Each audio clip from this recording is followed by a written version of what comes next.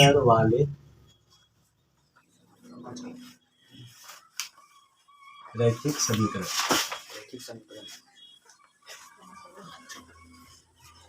युग।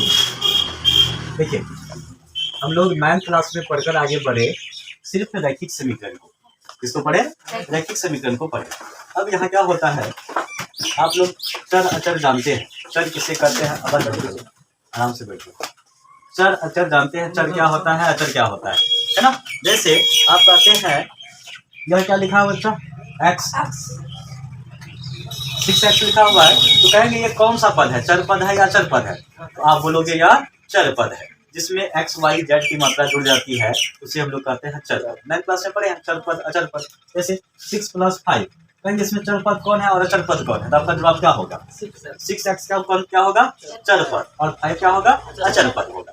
9th class में हम अक्सर आप यह देखे होंगे, जैसे ax + bx + c, फॉर्मूला ही था ना, ax + bx + c। इसमें क्या होता है, चर कितना है इसमें?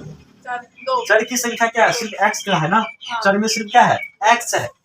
चर में सिर्फ क्या है? x है। लेकिन ऊपर जो क्या लिखा हुआ? दो चर वाले, यानी दो अलग अलग चर आएगा। अब तक आपने जो काम किया, ए बाबू नीचे ध्यान दो, अब तक आपने जो काम किया 9th क्लास में, आपने जो गणित बनाया, हर मैथ में आप देखे होंगे कि जब भी हम किसी बहुपद को लिखते थे, तो चाहे x का बहुपद लिखते थे, चाहे हम y का बहुपद लिखते थे, x का मान ही निकालते थे।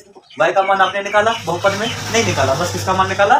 x का मान निकाला। देखिए, तो आखिर सबसे पहले आप यह समझ लो कि दो चर वाले रैखिक समीकरण कहते किसे? दो चर वाले रैखिक समीकरण। यहाँ एक बात आती है, रैखिक। रैखिक आप जानते हो, जिस चर का घात कितना होगा? 1 होगा।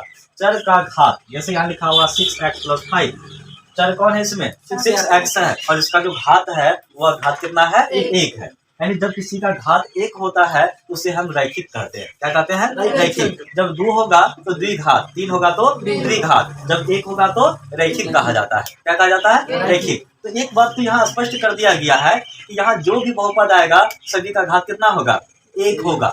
रैखिक समीकरण कह रहा है, यानी घात कितना होगा? 1 होगा। यानी घात वाला झमेला इसमें नहीं है, इस अध्याय में घात वाला झमेला नहीं है। तो झमेला क्या है? तो झमेला बस इतना है, दो अलग अलग चर आ रहा है, एक चर x आ रहा है, दूसरा क्या आ रहा है? y आ रहा है। इनका मान निकालना पड़ेगा, x का मान निकालो और y का मान निकालो। तो सबसे पहले हम लोग यह समझ लेते हैं कि हम लोग दो चर वाले रैखिक समीकरण होता कैसे है, दिखता कैसे है ना, स्ट्रक्चर क्या होता है, और हम किसे कहेंगे। आपको पता होना चाहिए कि दो चर वाले रैखिक समीकरण कैसा दिखता है। तो चलिए हम आपको दिखाते हैं दो चर वाले रैखिक समीकरण कैसा होगा। दो चर वाले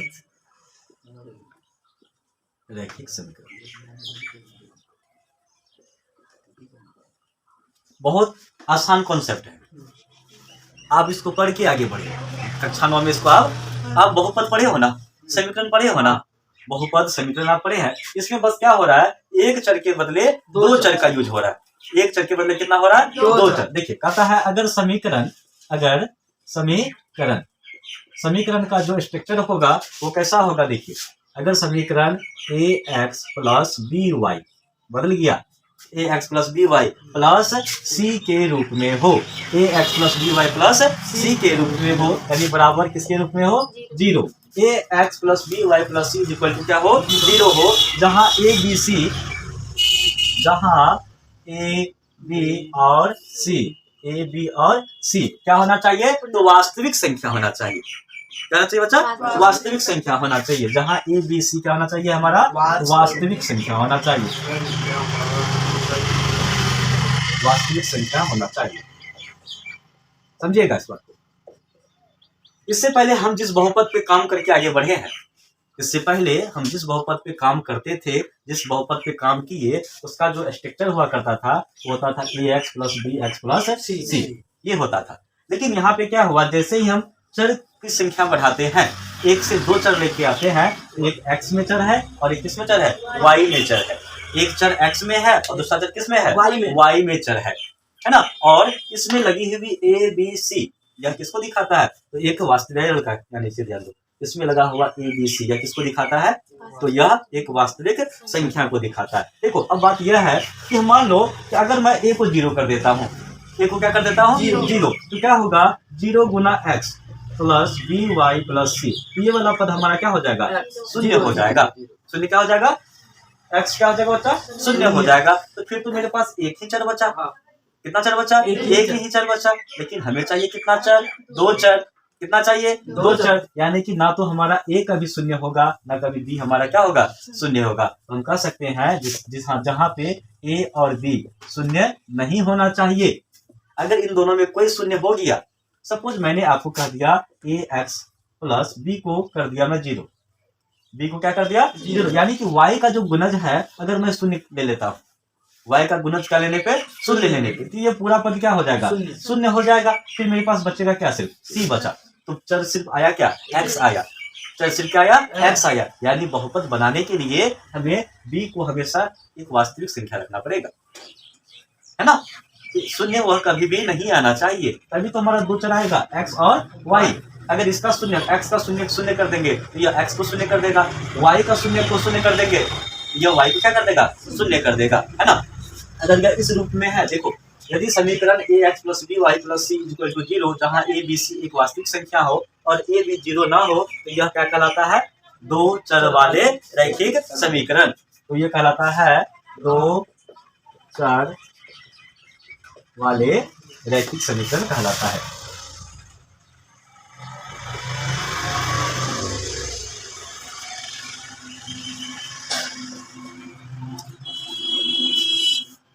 फिर से समझिएगा, फिर से समझना। हम लोग जो इससे पहले कक्षा 9 में जिस बहुपद का प्रयोग किए, गुना करने के लिए, भाग करने के लिए, एक्स का मान निकालने के लिए, उस बहुपद का स्ट्रक्चर क्या था, A X plus B X plus C. जब तक हम एक्स हर बार अगर एक्स ही लिखते रहे, अगर किसी बहुपद में चर सिर्फ एक्स ही आ रहा है, आप क्या कर रहे हो, पद बढ़ा रहे हो। क्या कर रहे हो, पद बढ़ा रहे हो। ए एक्स बी एक्स सी एक्स डी एक्स, हर जगह क्या हो रहा है, बस एक्स का पद बढ़ रहा है, लेकिन चर क्या हो रहा है, एक्स ही रिपीट हो रहा है ना। चर बदलना है हमको, क्या बदलना है, चर। और चर क्या होता है, अल्फाबेटिक होता है। चर क्या होता है, अल्फाबेटिक, न्यूमेरिकल नहीं होता, अल्फाबेटिक होता है। तो अगर हम एक ही बहुपद में 100 बार एक्स लिखे तो चर वहां कितना होगा, बस 1 होगा, और वो चर क्या होगा, एक्स होगा। कहेंगे पद कितना है, तो पद बढ़ेगा ना बच्चा, वो पद बढ़ता है। आप जो ये कहते हो कि सर ए एक्स प्लस बी एक्स लिखे प्लस सी लिखे, कहोगे सर यहाँ तो मैंने 2 बार लिखा हूँ एक्स को, तो क्या यह 2 पद नहीं हुआ, ये पद 2 हुआ, लेकिन चर कितना हुआ, चर 1 ही हुआ। और वो चर क्या है, इसमें भी एक्स है और इसमें भी क्या है, एक्स है। तो हमें चर को बदलने की आवश्यकता है, पद को बदलने की आवश्यकता नहीं है। इस अध्याय में हम सीखेंगे कि 2 अलग अलग चर आने से क्या प्रभाव पड़ता है, कैसे एक दूसरे का मान निकालना है। इसमें देखो यह रैखिक है, यानी कि सभी का पावर कितना होगा, 1 होगा। पावर 1 है तो हमें पता है कि यहाँ पावर का कोई झमेला नहीं है। जहाँ पावर का झमेला नहीं है तो सीधा साधा समझो कि आपको x और b का मान निकालना है। एक बहुपद दिया जाएगा आपको, एक बहुपद दिया जाएगा। अक्सर हम कक्षा 9 में एक बहुपद से एक्स वाई का मान निकालना सीखे, एक क्या किए, एक बहुपद से एक्स वाई का मान निकालना सीखे। लेकिन यहाँ देखिए क्या कहता है, रैखिक समीकरण का युग्म, यानी अब एक समीकरण से नहीं, आपको 2 समीकरण से काम करना है। कितने समीकरण से, 2 समीकरण से आपको काम करना है। पहले तो आप 1 से किया, आपने 1 से किया, अब 2 समीकरण को देखा, कहेगा एक्स और वाई का मान बताइए, एक्स और वाई का मान बताइए। देखिए कितना तो आप लोग लिखिए फटाफट।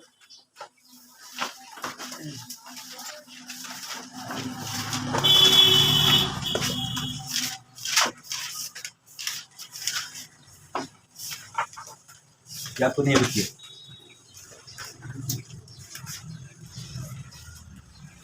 देखो बच्चे, अगर हम यह बात करते हैं 2 चर वाले रैखिक समीकरण का मान कितना होगा, कितना हल उसका निकलेगा, समझिएगा। एग्जाम्पल से थोड़ा सा मैं लिख देता हूँ, फिर आपको समझाता हूँ। 2 चर वाले रैखिक समीकरण का हल अनेक। 2 चर वाले रैखिक समीकरण का हल कितना होता है, अनेक होता है। जैसे हम कोई एग्जांपल ले लेते हैं, जैसे देख लो, मैं लिखता हूँ 2x plus Y equal to 7। कितना चर है इसमें, 2 चर, एक चर है x और एक चर है y।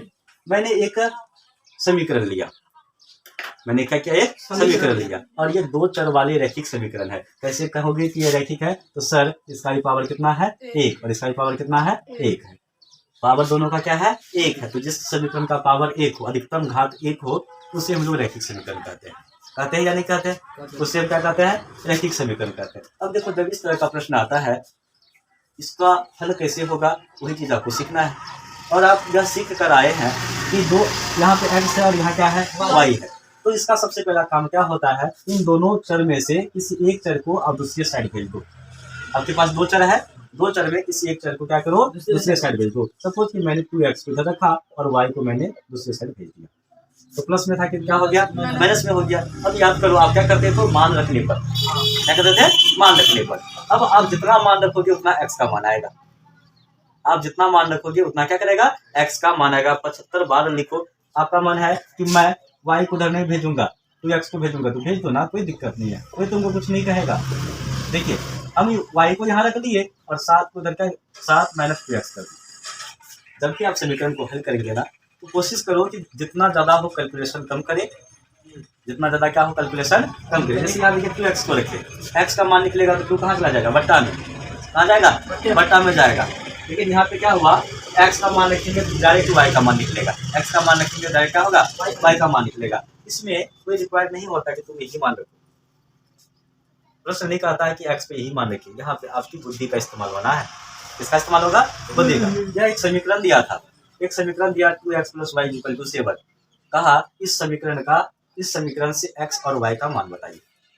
इस समीकरण से क्या करिए, x और y का मान बताइए। तो यहाँ पे दो चर है, एक चर है 2x, दूसरा चर है y। दूसरा चर क्या है, y। इसको हल करने के लिए हम क्या करते हैं, एक चर को दूसरी साइड भेज देते हैं। भैया तुम जाओ उसके बगल में, वहां पे क्या करेंगे, उसको दूसरी साइड भेज देंगे। जब उसको हम दूसरे साइड भेज देंगे तो जो गया है ना, कौन गया, देखो 2x गया है कि, तो हम क्या करेंगे, हम मान लेंगे x बराबर कुछ भी मान लो, अगर 0 मान लेते हो, x बराबर क्या मान लिए, 0। अब क्या करोगे, y = 7 - 2x के क्या रखोगे, 0। जैसे 0 रखे, ये 2 गुना 0 क्या हो गया, 0। 7 - 0 क्या बचेगा मेरे पास, 7 बचेगा। तो जब हम x का मान 0 लेते हैं तो y का मान कितना निकलता है, 7। जब हम x का मान 1 लेंगे, जब x का मान क्या करेंगे, 1 लेंगे, तो देखो क्या होगा, y = 7 - 2 × 1। x के क्या रखेंगे, 1 रखेंगे, तो y का मान कितना निकलेगा, 7 - 2, y बराबर हो गया 5। देखो तो जब तुम x का मान 1 लिया तो y का मान कितना निकला जी, 5 निकला। तो ये सब समीकरण का ऐसे मान निकलना है, समझ में आया। थोड़ा दिमाग लगाओगे तभी होगा, सब मास्टर के दिमाग से चलोगे तो घंटा कुछ नहीं होगा। आपको अपना दिमाग लगाना होगा। समीकरण दिया है, देखना होगा कि कौन सा मान हम दे। अब मान लो यहाँ 7 दिया हुआ है, क्या दिया बच्चा, 7 दिया हुआ। अब तुम x का मान लोगे 75, क्या मान लोगे, 75। 75 गुना 2 150, 150 में तुम घटाओगे 7, तो सोचो कितना बड़ा का मान आएगा। तो हमको ये सोचना पड़ेगा कि हम क्या रखें x की जगह, कि छोटका छोटका मान आए, बड़का बड़का नहीं आए। कौन मान आना चाहिए, छोटका छोटका। तो बुद्धि में थोड़ा घी लगाइए, है ना, घी लगाइए तब समझ में आएगा कि क्या करेंगे हम। ये शुरुआत है। आप कक्षा 9 में ही पढ़िए कि x का मान कैसे निकालना है, y का मान कैसे निकालना है। तो किसी एक का मान मानना पड़ता है तो दूसरे का मान फटाफट फटाफट निकलते जाता है कि नहीं। अब यहाँ y का मान मानना है, यहाँ देखो मान लो तुम क्या करोगे, यही 2 है, इसमें गुना में कहाँ चल जाएगा जी, भाग में जाएगा कि नहीं जाएगा, गया भाग में। अब बताओ हम 2 से काटेंगे कि नहीं काटेंगे, नहीं काटेंगे, दशमलव में आएगा। किसमें आएगा चीज, दशमलव में आएगा। अरे बुद्धिमान, तुम लोग बुद्धिमान व्यक्ति हो, पढ़ लिख के तो आए हो, इतना समझ में होगा ना कि हम 7 में क्या घटाए, 7 में हम क्या घटाए कि 2 से वो कट जाए। ऐसा संख्या लाना होगा जो 2 से कटे। y की जगह ऐसा मान रखो जो 7 में घटाने पर, 7 में जोड़ने पर वो एक ऐसा संख्या देगा जिसको 2 से क्या कर देंगे, फटाक से हम क्या कर सकते हैं, उड़ा सकते हैं, काट सकते हैं। तो हम क्या करेंगे, अगर हम y की जगह 1 रख देंगे तो 7 में 1 जगह बचेगा कितना, 6 बचेगा। और यहाँ लिखेंगे हम क्या, y बराबर 1 लेने पर, y बराबर कितना, 1 लेने पर, तो x बराबर क्या हो जाएगा, 7 - 1/2 होगा। 6 कितना होगा जी, 6/2, तो 3 दूनी 6। तो कितना मान निकल गया x का, कब निकला, जब तुम y का मान कितना लिया, 1 लिया, तब x का मान कितना निकला, 3 निकला।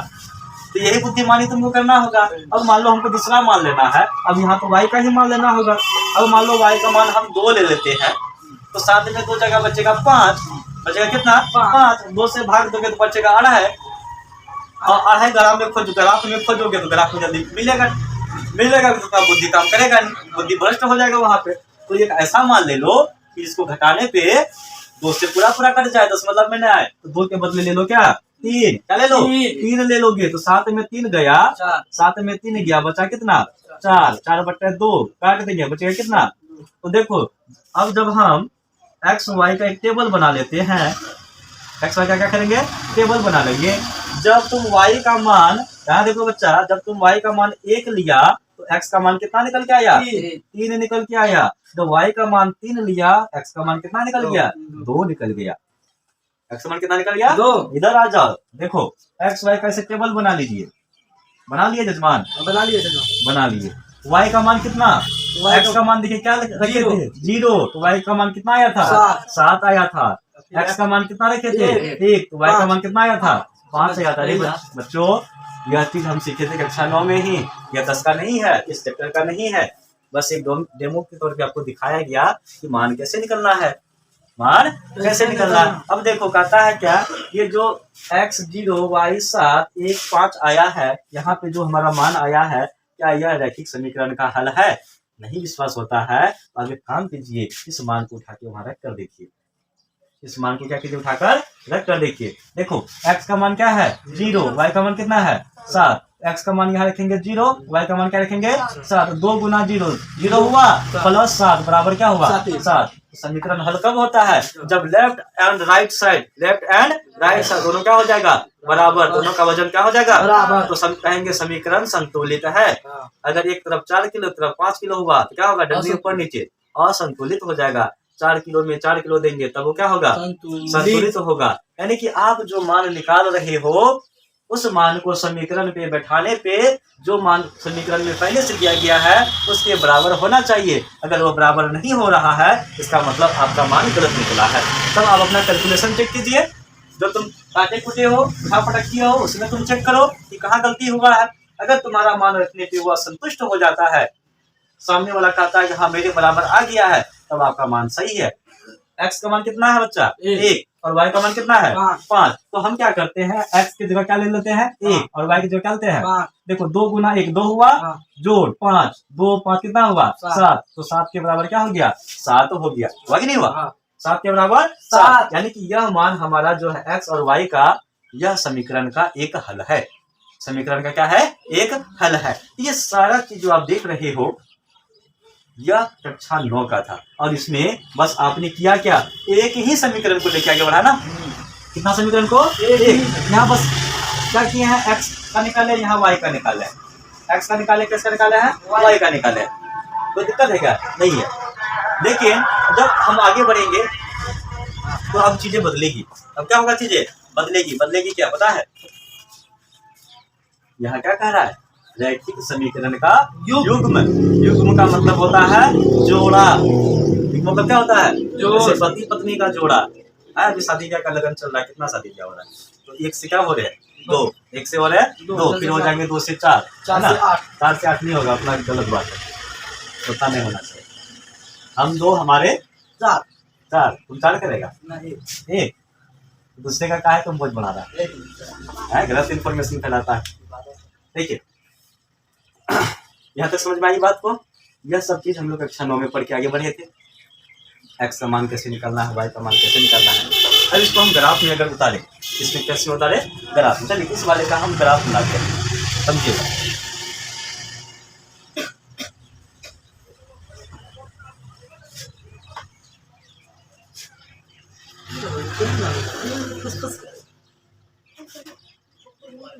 क्या होगा बच्चा x होगा x y, अधिकतम मान कहाँ तक गया 7 तक गया, कहाँ तक गया है, तो हमें कहाँ तक लेना होगा 1 2 3 4 5 6 और 7। इसको बढ़ाना होगा, थोड़ा सा बढ़ा दीजिए, 1 2 3 4 5 6 और 7। यह y माइनस वाला है क्या, माइनस वाला है नहीं है ना, इससे माइनस का मान है नहीं है, नहीं है तो लेने की आवश्यकता है क्या नहीं है, छोड़ दीजिए। अब देखिए क्या कहता है x बराबर 0, तो x0 कहाँ होगा इस जगह पे होगा, ओरिजिन पे होगा, केंद्र पर होगा। x हुआ यहाँ 0, y कितना है 7, ये हुआ x0, y कितना हुआ 7 हुआ यहाँ पर।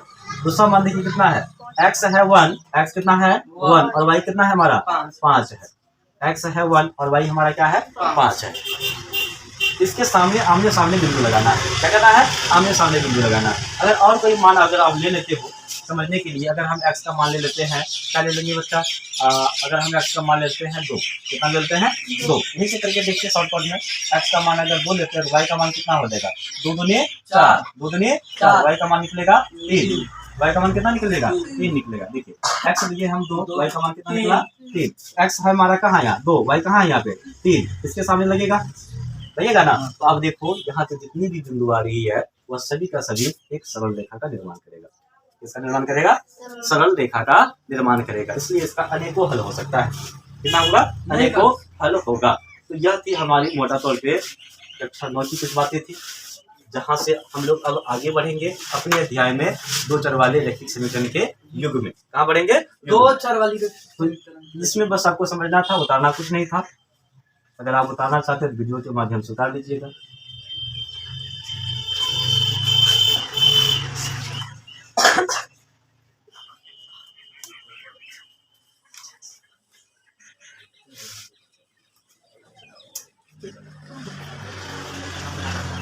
देखिए अभी मैं आपको जो समझा रहा था वो समझा रहा था दो चर वाले रैखिक समीकरण के बारे में, युग्म के बारे में। अब मैं शुरू करता हूँ किसके बारे में? युग्म के बारे में। दो चर वाले रैखिक समीकरण का युग्म। अब युग्म के बारे में शुरू करते हैं। दो चर वाले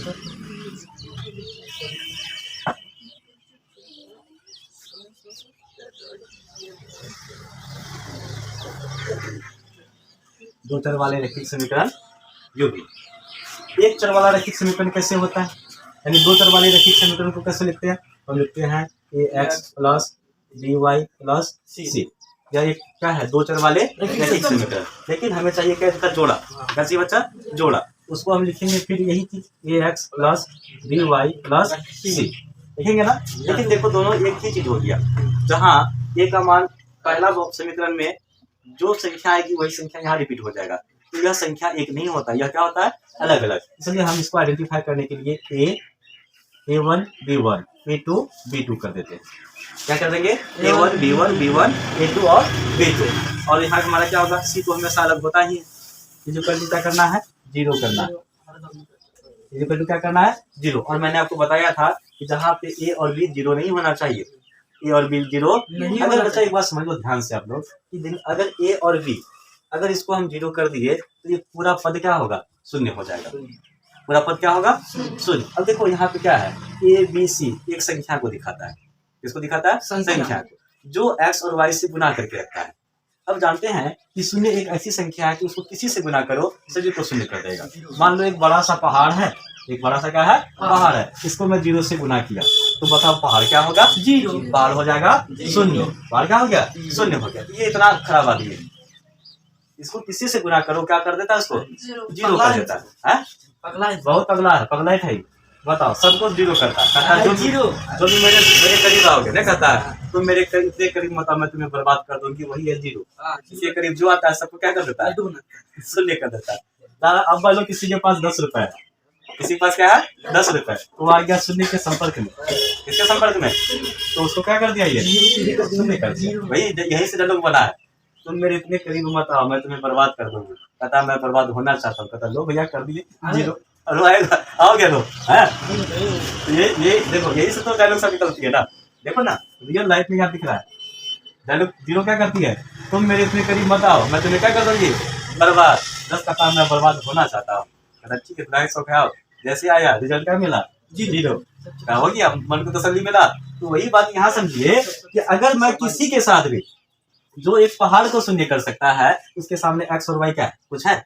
अगर हम x में 0 से गुना कर दिए तो ये वाला पद ही गायब हो जाएगा। पूरा पद क्या होगा? गायब हो जाएगा। जब पूरा पद ही गायब हो जाएगा तो फिर x का मान निकालोगे कैसे?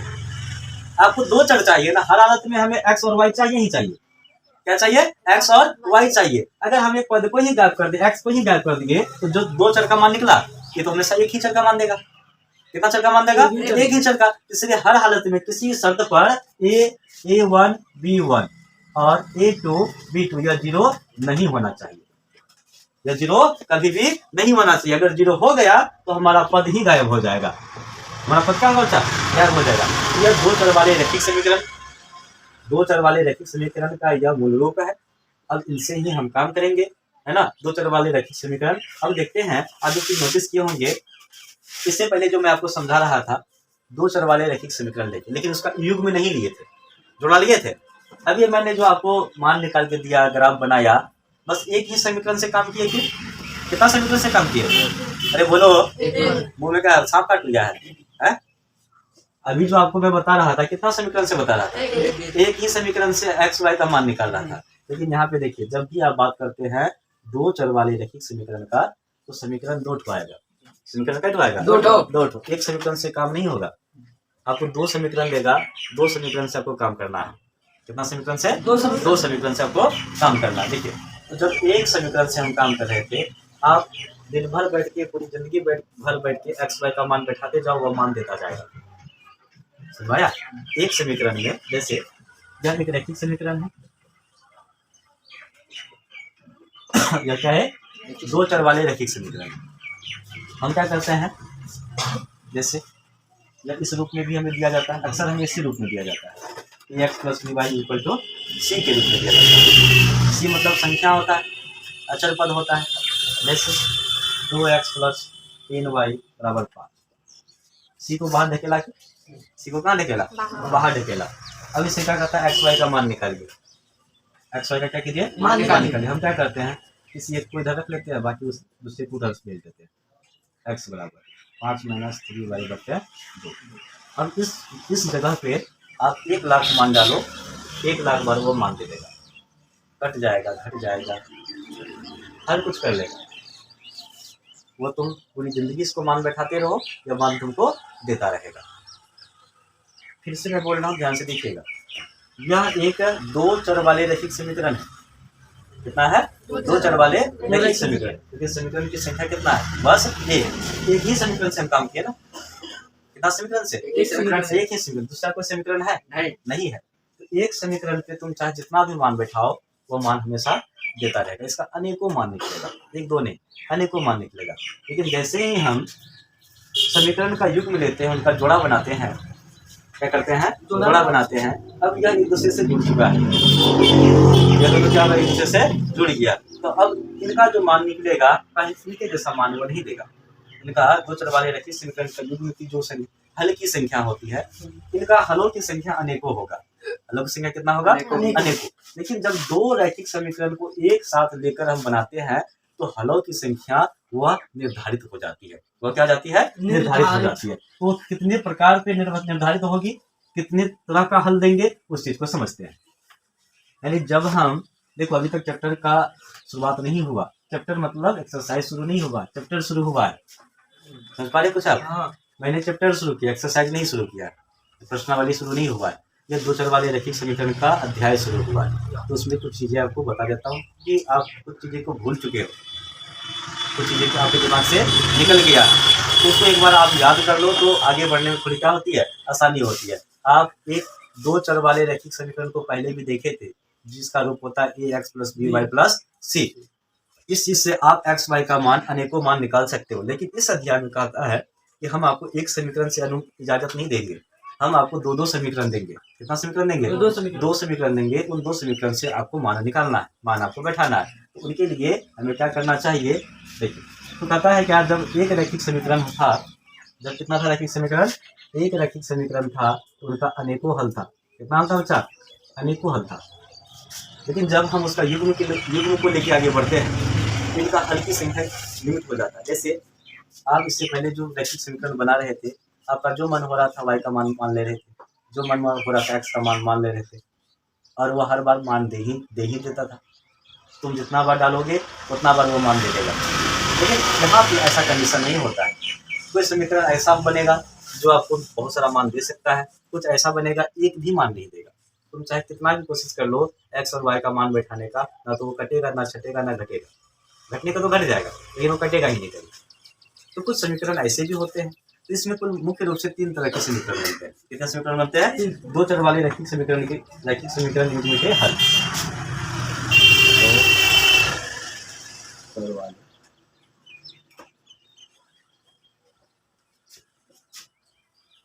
समीकरण युग्म के हल, दो चर वाले रैखिक समीकरण के युग्म के हल। देखिए इनका 3 हल होता है।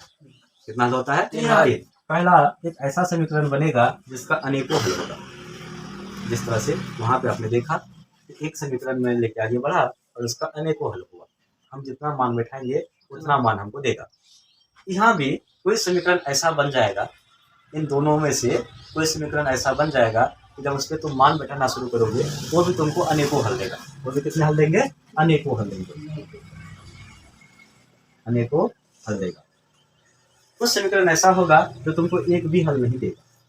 कुछ समीकरण ऐसा होगा जो तुमको एक भी हल नहीं देगा, यानी कोई हल नहीं देगा। कोई हल नहीं देगा क्या होगा? ट्रैक्टर मंगा लेंगे, कोई हल नहीं होगा। और 3 नंबर क्या होगा? अपरिमित रूप से एक हल होगा। 3 नंबर क्या कहता है? अद्वितीय हल या एक हल। अद्वितीय हल या एक। समझो बच्चे ध्यान से, क्या कहता है? जब हम दो रैखिक समीकरण के युग्मों को लेके आगे बढ़ेंगे, यहाँ देखो बोर्ड पे होता है, जिस तरह तुम लोग ये करते हो इसलिए मेरा माइंड खराब हो जाता है। बोर्ड पे देखिए, जब हम दो रैखिक समीकरण को जोड़ा लेकर x और y का मान निकालेंगे तो 3 तरह का कंडीशन पैदा होगा। कितने तरह का कंडीशन पैदा होगा? 3 तरह का। कभी कभी समीकरण आपको बहुत सारा मान दे देगा, ध्यान से देखिएगा। ये तीनों चीज आपके माइंड में होना चाहिए। तो जब तुम बनाने बैठोगे कहोगे मान ही क्यों नहीं निकल रहा है, मान काहे निकल रहा है? तो यह 3 प्रकार से हो सकते हैं। अब ये जो समीकरण आएगा ना, इसको सेंटेंस से तुमको बनाना होगा। आपका अध्याय जब शुरू होगा ना तो वहाँ पे वाक्य दिया है, वाक्य से तुम्हें समीकरण बनाकर तब ये मान निकालना होगा। यह अध्याय उतना आसान नहीं होने वाला है, यह अध्याय उतना ज़्यादा आसान नहीं होगा। इस पर थोड़ा सा फोकस रहिए। देखिए, जब हम समीकरण को बनाएंगे और जब समीकरण का हम हल निकालेंगे तो हमारे साथ 3 तरह की बातें, 3 तरह की घटना हो सकती है। और वो 3 तरह की घटना क्या होगी कि जब हम समीकरण को हल करने जाएंगे तो वह बहुत सारे हल दे सकते हैं हमको। यानी जब x और y का मान बैठाओगे तो वो बहुत 5, 10, 15, 20, 25, 100 मान भी तुमको आराम से दे देगा। मान देने का मतलब क्या होता है? अब मान के चलो कि कोई ऐसा संख्या आ गया, जैसे हम कहते हैं क्या, 2 मान लीजिए x = आ गया 1 - y। y का मान अगर 1 लोगे तो x का मान कितना होगा? 0, है ही नहीं होगा? y का मान क्या लोगे? 1, x का मान कितना होगा? 0। y का मान -1 लोगे तो कितना होगा? 2, है ही नहीं होगा? यहाँ क्या हो रहा है? मान हमारा बदल रहा है। y का मान -2 लोगे या +2 लोगे, ये -1 आ जाएगा। तो यहाँ पे देख रहे हो कि आपका मान यहाँ आसानी से निकल जा रहा है। ये तो समीकरण ऐसी हो जाएगी कि आप चाह कर भी उसका मान नहीं निकाल सकते, घटेगा ही नहीं, है ना? और अब x आ गया 0 में तुम क्या घटाओगे? कुछ घटाओगे? नहीं घटाओगे। तो जब हम समीकरण को बनाने लगेंगे तो हमारे साथ 3 तरह की घटना घट सकती है।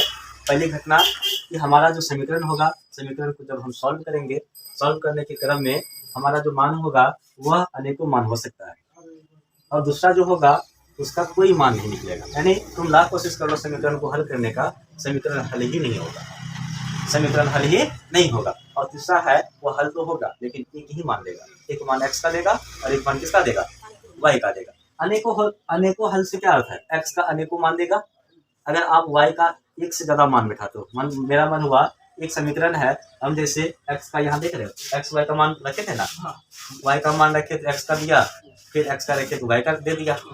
तो यहाँ पे क्या कहता है? अगर अनेकों हल का तात्पर्य ये हुआ कि अगर हम 100 बार y का मान मानेंगे तो 100 बार x का मान निकलेगा।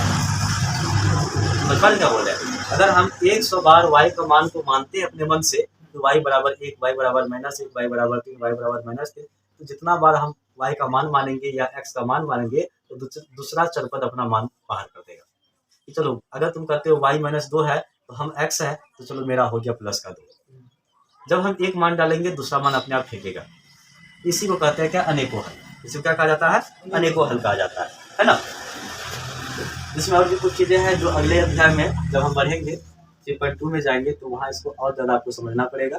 3.2 में डिटेल्स में है, यहाँ जो चीज़ें कही गई है थोड़ा सा इस अध्याय में आपको ग्राफ बनाने कहा गया। क्या कहा गया है? ग्राफ बनाने कहा गया। तो याद रखिएगा, जिस समीकरण का अनेकों हल होता है उसका ग्राफ कैसे बनता है। जिस समीकरण का क्या होगा बच्चा? अनेकों हल होगा। ये ओरिजिन होता है, हाँ ये x होता है, ये माइनस एक्स होता है, ये y होता है, ये क्या होता है माइनस y होता है। देखिए 3 तरह का हल है।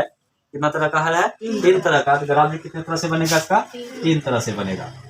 जब हल की संख्या 3 है तो ग्राफ की संख्या में कितना होगा? 3 होगा। y minus y x minus x डेस भी लगा सकते हो, उसमें कोई दिक्कत नहीं है। y हुआ y डेस x x। 3 ग्राफ क्यों बनाए? क्योंकि समीकरण के युग्म का जब हम हल करने जाते हैं तो हमें 3 तरह की चीजें देखने को मिल सकती है। एक जिसका अनेकों हल होगा, एक जिसका कोई भी हल नहीं होगा, और एक जो अद्वितीय यानी कि जिसका मात्र एक वह एक ही हल होगा। अब मान लो जिसका अनेकों हल हुआ, कहेगा इसका ग्राफ बनाइए। क्या कहा बच्चा? इसका ग्राफ बनाइए। उसका जो ग्राफ बनता है क्या होता है जानते हैं? जानते हो कि ये y है और ये क्या है? x। तो x का मान कुछ जैसे आप यहाँ देख लो, दिखाई दे रहा होगा आपको, जो सामने बैठा उसको दिखाई देगा, वीडियो में दिखाई नहीं देगा। यहाँ x का और y का मान हम माने है कि नहीं? तो x का मान लीजिए, मान लेते हैं 0। x का मान कितना है? 0। y मान लेते हैं 2, तो y यहाँ पे 2 हो गया। x का मान है फिर 1, y का मान है 3, तो y 3 यहाँ हो गया। भाग नहीं हुआ? तो हम यहाँ क्या करेंगे? इसके सामने बिंदु डालेंगे ना। ग्राफ की कॉपी में आप जब बनाते हैं तो आपको पता है कि हम ग्राफ की कॉपी में कैसे बनाते हैं। सिर्फ आपको यह ध्यान देना है कि जिस समीकरण का अनेकों हल होता है, तो मान लीजिए एक बिंदु से वह गुजरा, एक बिंदु से वह गुजरा, x और y का एक बिंदु से गुजरा, एक मान, x का एक मान और y का एक मान। फिर दूसरा मान जब इसका निकालेंगे, पता है वह कहाँ से गुजरेगा? इसी रेखा से गुजरेगा। फिर तीसरा मान बैठाएंगे, वह भी इसी रेखा से गुजरेगा। यानी कि जितना इसका मान निकलेगा सब एक ही रास्ता से गुजरेगा। जिस समीकरण का अनेकों हल होता है उसका ग्राफ जो बनेगा एक ही सरल रेखा पे बनेगा। कितना रेखा पे बनेगा? एक ही सरल, यानी एक रेखा पे दूसरा रेखा क्या होगा? उसके ऊपर जाएगी। एक रेखा से दूसरी रेखा उसके ऊपर से जाएगी।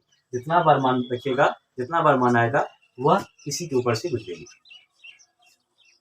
ठीक है? इन चीजों को भी प्रैक्टिकल करेंगे हम लोग आगे जब बढ़ेंगे। जब ये प्रश्न आएगी तो हम लोग वहां सीखेंगे। तो जब इस तरह का आपको ग्राफ देखने को मिले, यह प्रश्न आपको यह घुमा दे कि इस तरह का ग्राफ है, बताइए यह कैसा हल है, यह कैसा हल, कैसा समीकरण है।